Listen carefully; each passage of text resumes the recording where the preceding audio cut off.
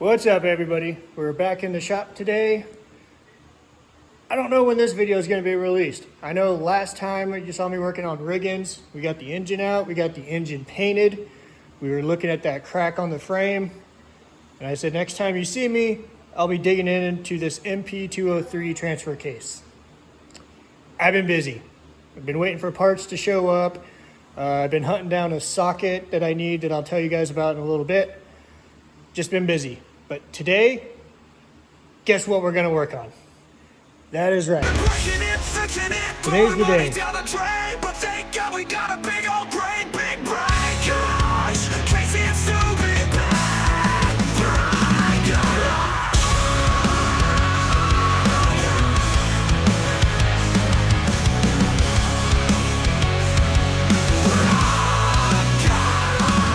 That is right. Today's the day. NP203 transfer case. The main reason I wanted to get this open up and looked at was, one, it was leaking a lot of fluid. Two, the vent tube just completely snapped off. And you can see there's a whole bunch of gunk and stuff in there. That's not good. And you can see the overall condition. This thing was caked in sludge, dust, road dirt, gravel, you name it, it was on it. I do have a rebuild kit for it. I've never rebuilt one of these before. There's maybe 2 whole videos on YouTube that I saw that were very helpful. My plan was to open it up and rebuild it. I think as of right now, my plan is to at least get to here, have all of this stuff taken off so I can, one, fix this vent hole, see if there's anything still stuck in it, or I might even just go ahead and tap it and have a screw-in breather for it. And just to see the overall condition. If I can get down to the chain and see the chain tension, if the chain tension's fine, I may not rebuild it. It might go back together. If the chain is really loose, well, then we're gonna have to have a different conversation. Look, no one makes these chains. You can get some used ones on eBay. There is a 4-wheel drive site that I know sells them. They are $400 a piece. Now, $400 might be cheaper than getting an NP205, a whole front axle, hubs, and doing the whole NP205 swap. But we weren't really planning on spending that much money. But we'll cross that road when we get there. Right now, we have to get that socket off. To get that socket off, we have to get that bolt off. It's not a bolt, it's a nut. Anyway, we have to get this nut off. And that is a 1 5/16" socket. I had to run all over town to the very last parts store. I think it was O'Reilly's. They had one. Great. It doesn't fit. Why doesn't it fit? I think someone might have already been in here. I don't know if you can see that. There we go. Maybe they torqued it with a chisel. No idea. But I'm gonna have to try something. Knock those edges off, either a file, a die grinder. But that's what we're gonna work on right now.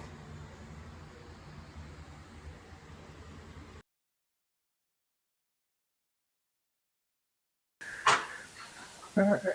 Like I said, I've never tore into one of these before, so I don't know what to expect. But as all things, we're just gonna work our way from one end to the other. Oh, I hope I have an adapter for this. I do. It's a 1-inch socket.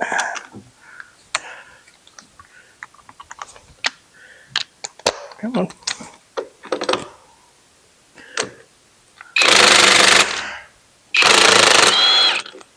Success.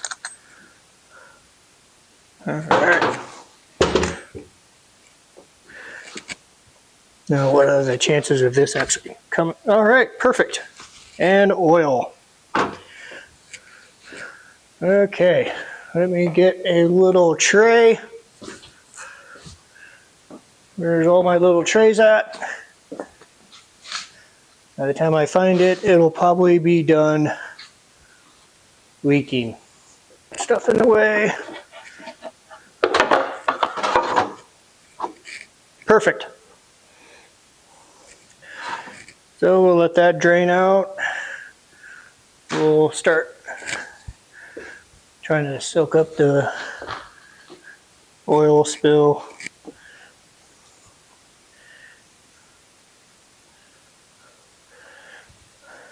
You want a really clean area to take these apart. I mean, you don't want an area of a lot of dirt. And that's why I chose this table. This is the table I do all of my welding and grinding and filing, and this is the wrong table. Try to be clean. This is full of metal dust. I just scraped about a ½ inch layer of cat litter off of this drip pan because it was underneath of the transmission. So we're just going to take it slow and try to be as clean as we can. But, oh, looks like there's a seal right there. Okay, so we'll make a note of that. This should have a washer. Yep, that has a washer on the end. The stuff we take off, we're going to clean for sure. We're not just going to put it back together the way it is. No, we're going to clean everything off. Maybe even paint it. Wouldn't that be nice?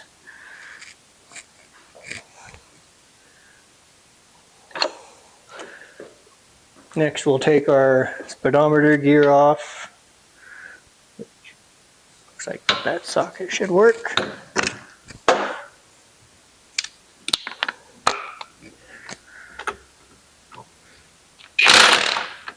Ooh, no. There we go. Good thing that didn't strip off.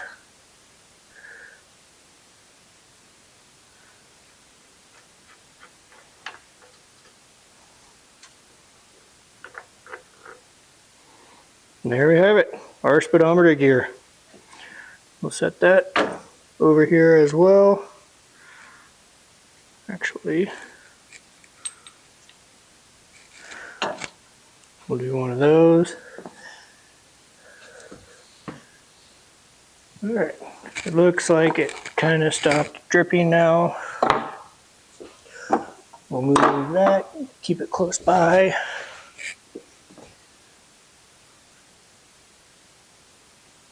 All right, let's go ahead and get this outer housing off.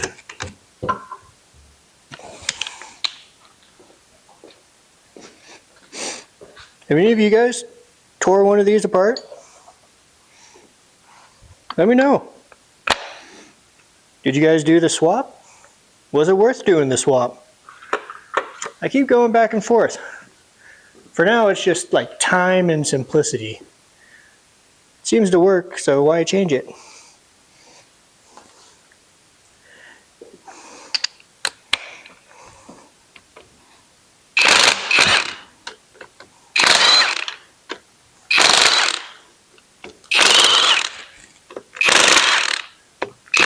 Oop. Missed that one.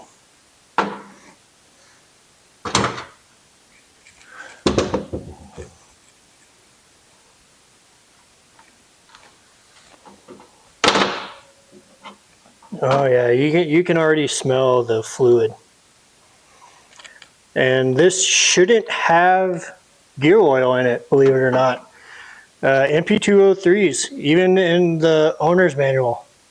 We have the owner's manual from '78. 30 weight oil. So honestly, what we might do is put like a 530 back in it because that's what I have the most of. But yeah, some, ooh, that broke off nice. More fluid. Who would have guessed that? All right, so that has a, kind of like a ball bearing.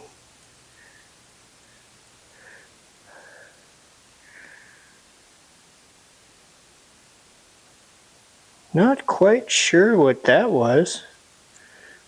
Is it like a seal or something? Might have to look into that and see what that's about. But let's go ahead and dam up this oil leak that's going on right now.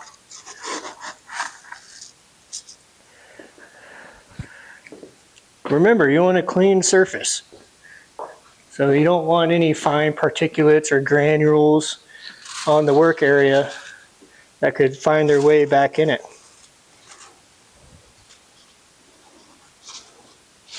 So we're going to use just good old floor dry. Perfect.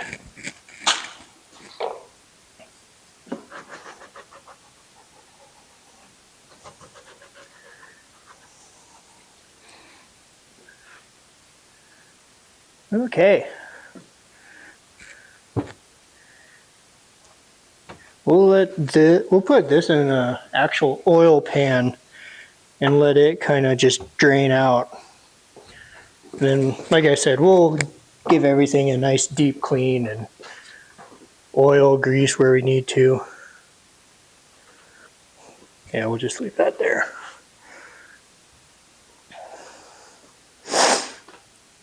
Okay, now I'm debating. I know we have to take this lower inspection cover off, but if there's already that much oil, you know the oil level is like right here. So if I take that off, it's just gonna really flood and make a mess. But I mean, it might just be where we're at. Yep. Let's see if we can. That looks like seal material on the splines. Let's see if we can adjust a bit.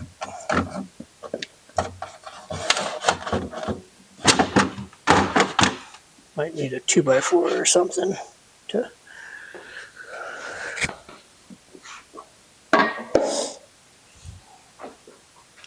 Before we get too carried away, let's just go ahead and just move these pieces out of the way so they don't fall into our floor dry. There we go. See if I can find another block of wood, something that might fit better that we can prop up against. This might work. I have so many blocks of wood just around the shop. You never know when you'll need it, like a work stand or an NP203 prop.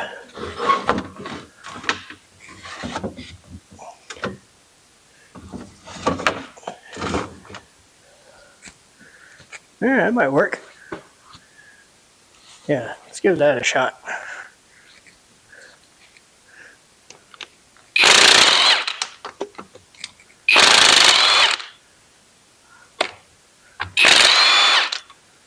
That one had a wire clamp on it. So we'll note that about the 1 o'clock position.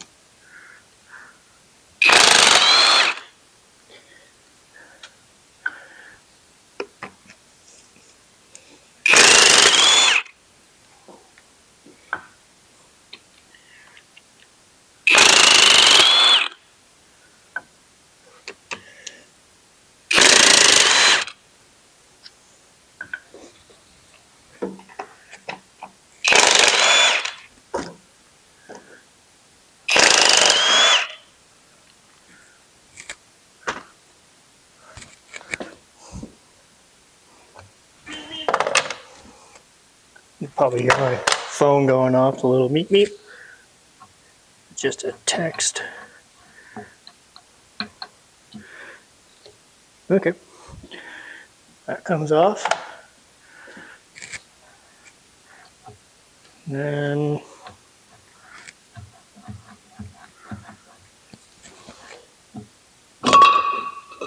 just slides. And more oil. All right.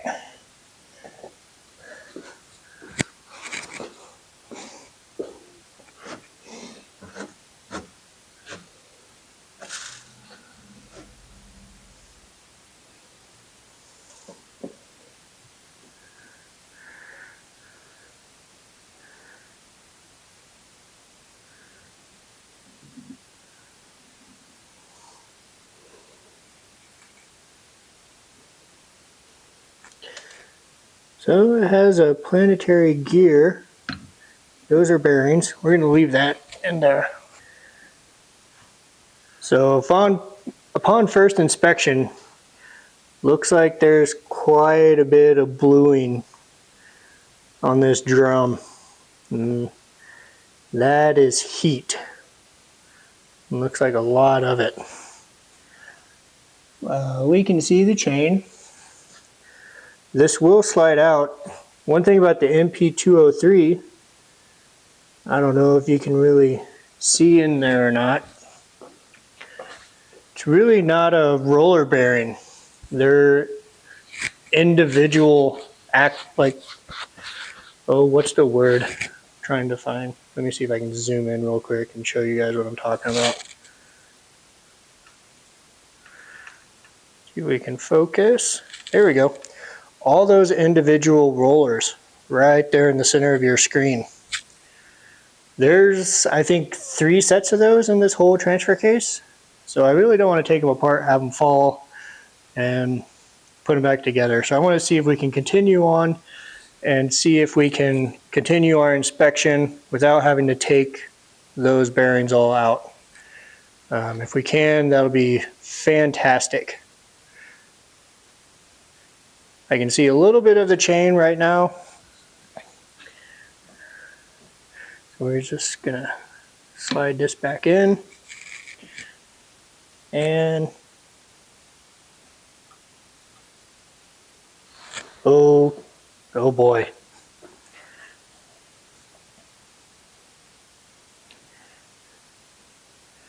So I might have to do some research, but I mean, there is a very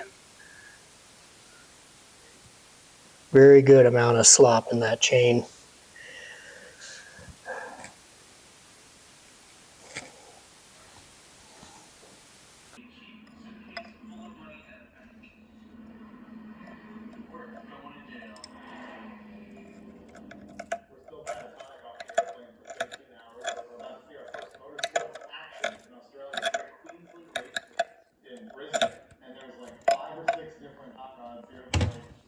Let's go ahead and make a mark and do just a very rough measurement just to kind of see where it's at.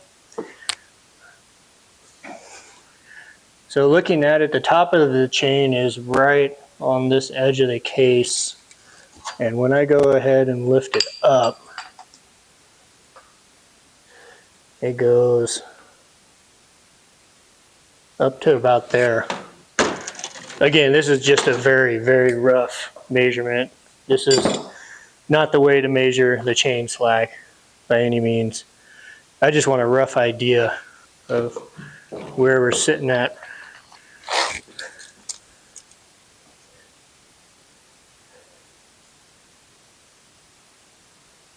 Seven-eighths of an inch.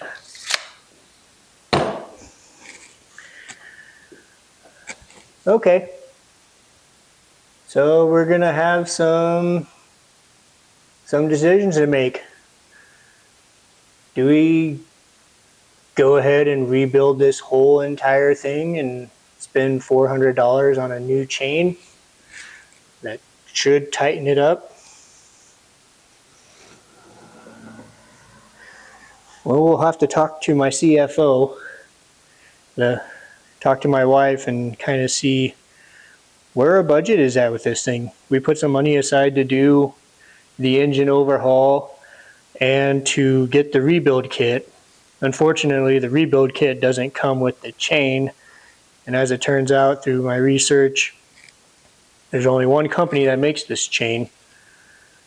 So we're gonna have to we're gonna have to decide. Rebuild it,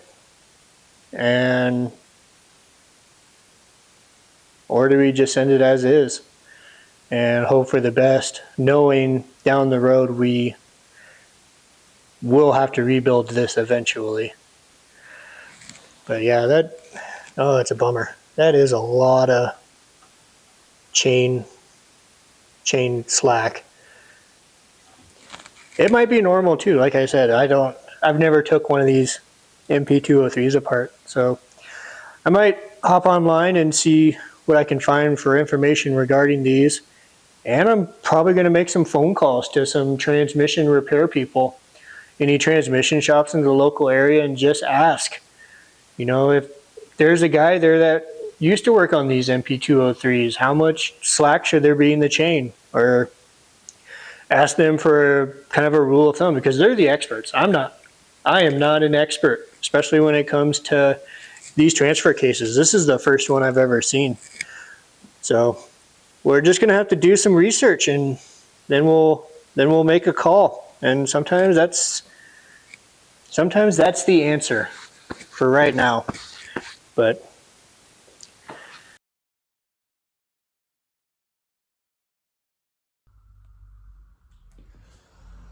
what's up, everybody? We're back in the shop today, and today's the day. We are finally going to tear apart the NP203 transfer case. It is finally happening today. Last you saw, the chain was really loose. Thought about it, talked to some people I know in the four-wheel drive and 4x4 world. They all kind of said the same thing. It seemed like to have excessive slop. So I bit the bullet. I bought a new chain. I think BJ's full size and Jeep off-road. The only company I know that actually makes them. Anyway, got that right here. So we're going to tear into it. Like I said, I've never touched an NP203 transfer case. I have no idea what's inside of them other than a big chain.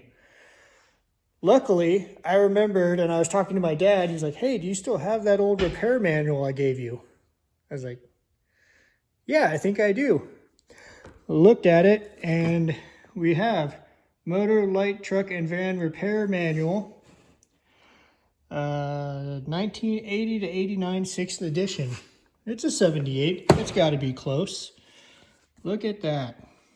Model 203, case disassembly. Has all the sub-assemblies and torque specs. Yeah, no ugga-duggas this time. So, we have a manual, we have parts, we have an NP203 transfer case that we need to tear apart.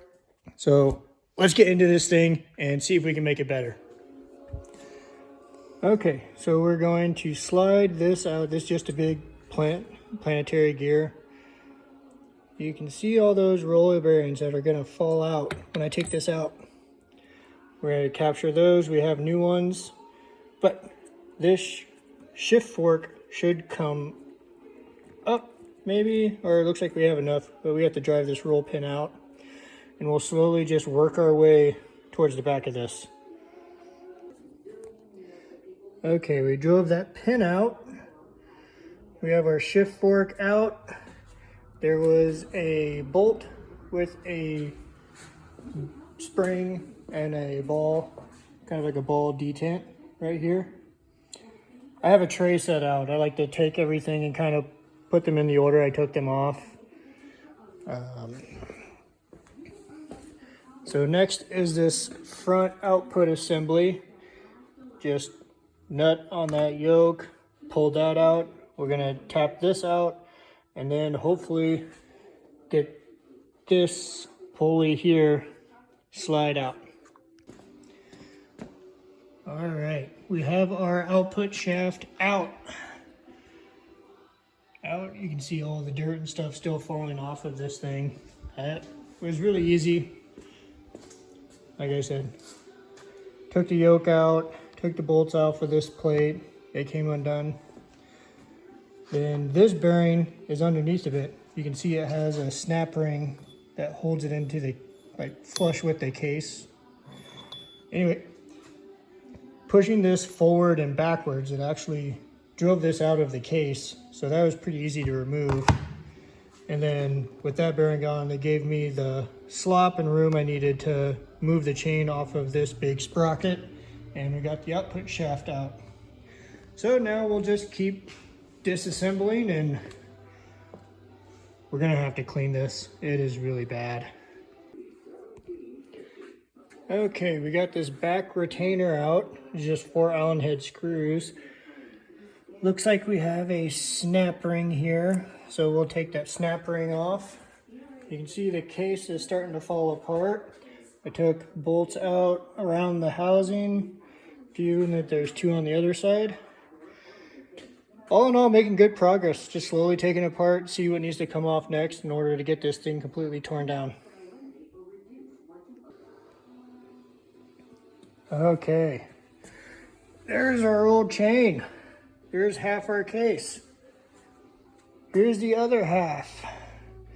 Just slowly started taking pieces apart, figuring out what comes apart next. And look at all those roller bearings. Now the rebuild kit I have includes new roller bearings, so I'm not going to throw them away yet, but I am going to try to find them. So this big shaft, I just started tapping out with a hammer, and it housed this gear. This gear had some thrust washers, and you can see it also had all the roller bearings that fell out. Then these 2 were together. These pulled apart. This was the one that had that snap ring. So we took the snap ring off and we were able to get the bearing out, this assembly out. And then the other side of the chain, this hub right here, was on the same shaft as this hub that goes into the other side of the case. Slowly just pulled these apart and they fell apart. Looks like there's another thrust washer to keep in mind of. Like I said, I'm going to try to keep these in assemblies. I do have the manual, but the more pieces I keep together, the easier it will be to remember to put it all back together. But now comes the hard part, cleaning all this stuff. I got a parts washer and it's going to be busy, but we're going to clean it all up. We're going to paint the case halves, probably black, just boring, and start assembling this. So let's get to cleaning.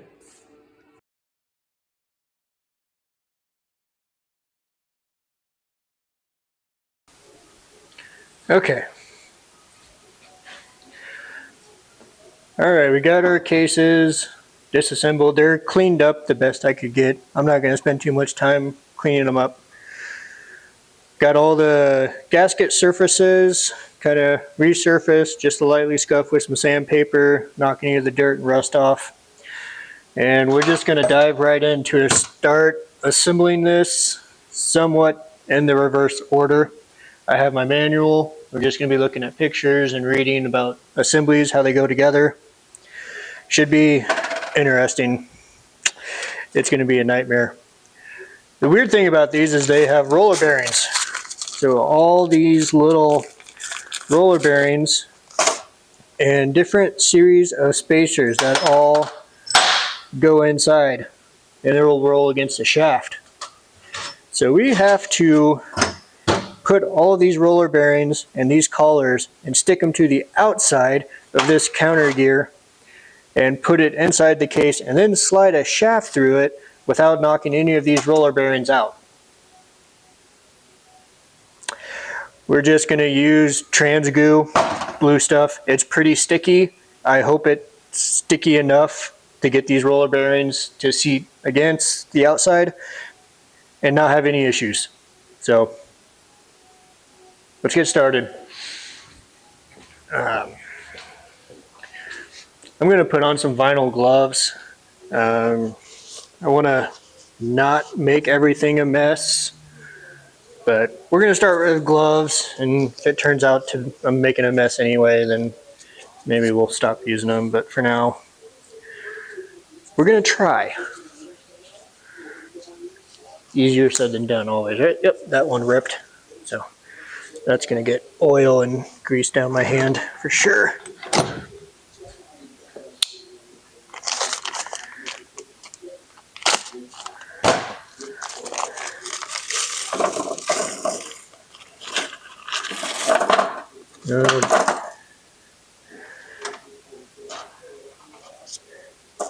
We'll have to say this is probably one of the most tedious things I have done.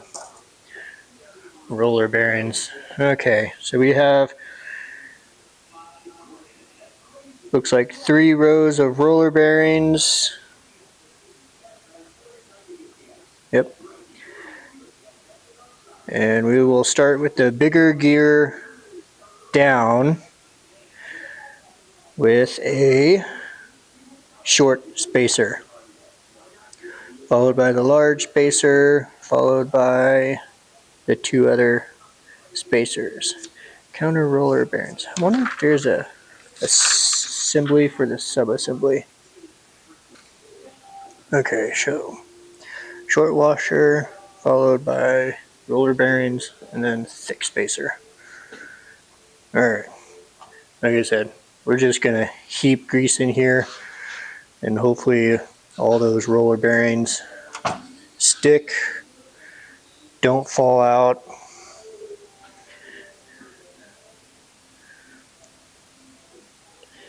Now, I think in this particular application there is no such thing as too much. So we're just gonna stick them to the outside like this.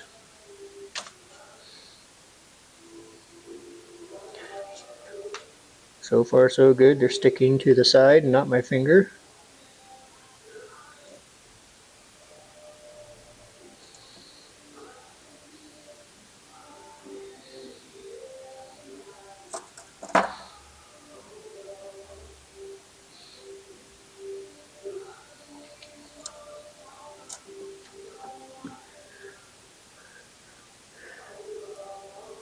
I think there's like 3 assemblies that have these roller bearings.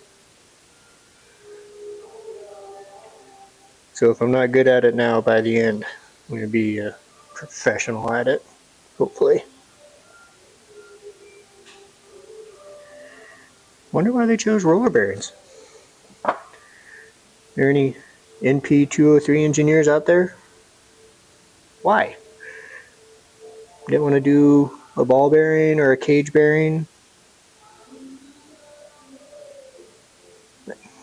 I'm not an engineer. I'm just complaining.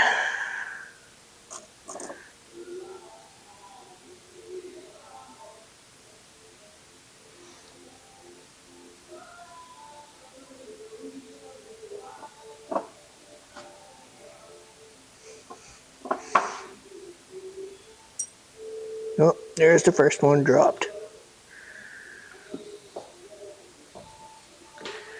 We have, I don't really like using magnets on bearing material, but oh no, picked up the spacer. Okay.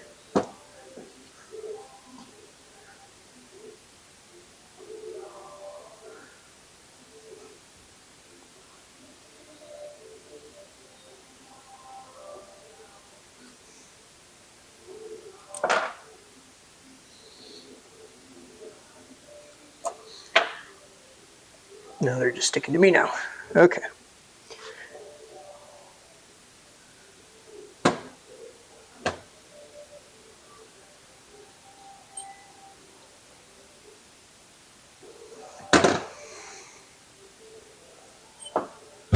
Light bulb. Okay. Now the big spacer, we're gonna hopefully try to push this down to the edge. I'm gonna pack more grease.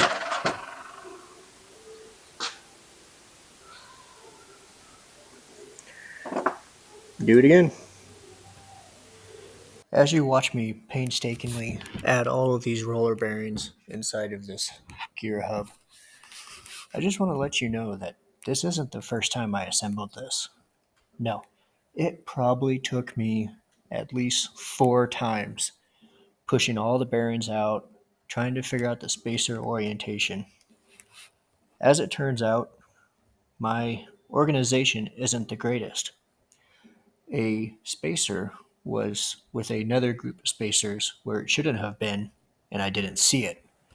So none of the bearings were lining up correctly in this gear, and I had no idea why. Then I finally found that spacer, it clicked in my head, and I got it put together, and it finally lined up. Now when I went to go put the gear inside of the case, those thrust washers have a key, and the case has little indentations. So I greased those up, slapped them in the sides, and probably an hour-long battle trying to set this gear into place without losing bearings or losing the thrust washers off the side. I probably needed 5 extra hands with the thinnest fingers. I don't know. I don't know what I needed, but this was a battle. It was a struggle. Patience and the right pieces definitely made it a lot easier, but I was finally able to get the gear to slide in and to get the shaft into place and hold everything. Needless to say, this was like a pre-event to describe how the rest of this build went. Okay, let's see if we can drop this in there.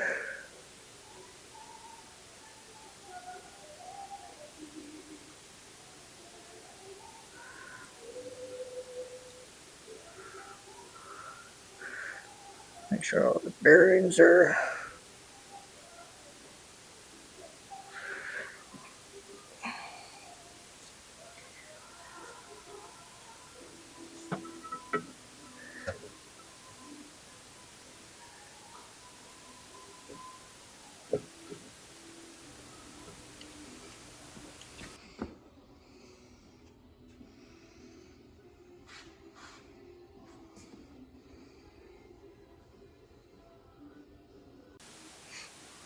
okay.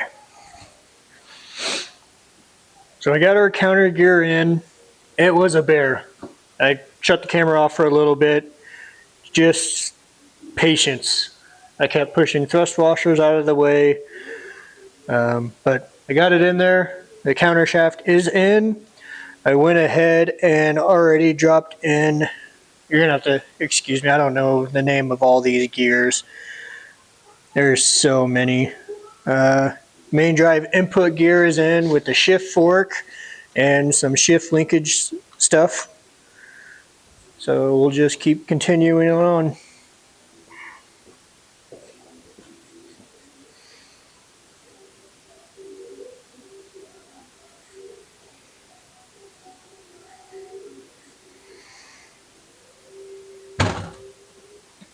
So that goes in there next, but it has a notch on it.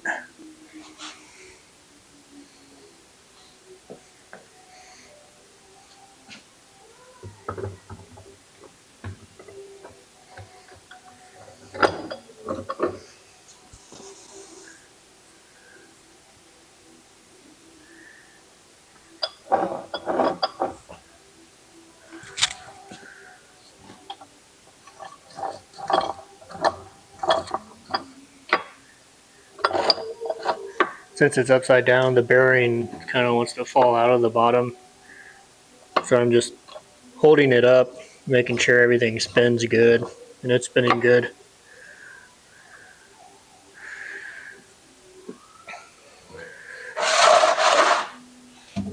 Okay, so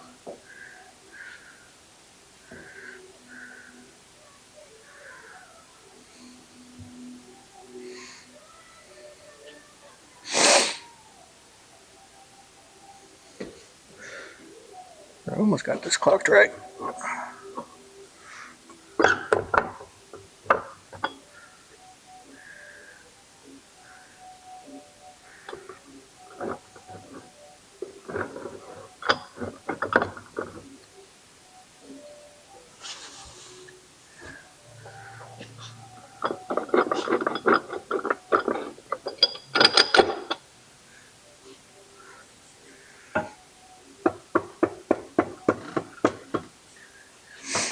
Okay, we want that notch to line up with this.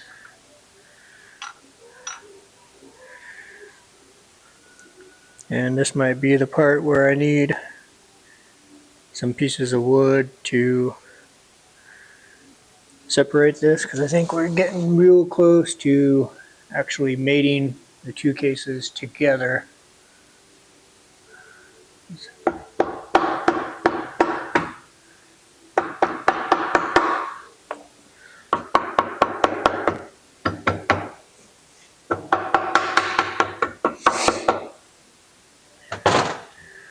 What are the chances of that actually being in line? Hopefully pretty good. Luckily for us, the gaskets were in a box and they're kind of bent. So that's always nice.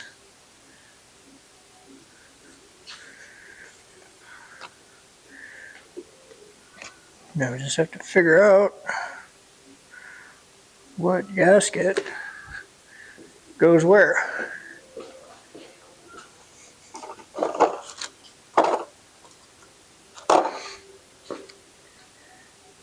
Okay, this goes on the bottom.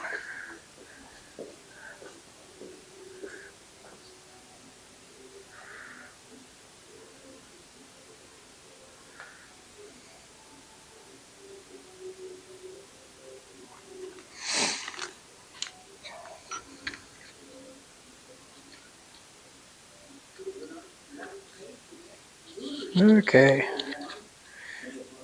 we have a winner.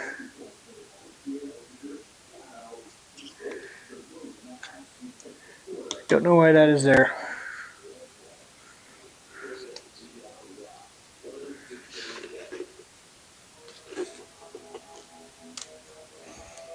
Let's set these over here for now.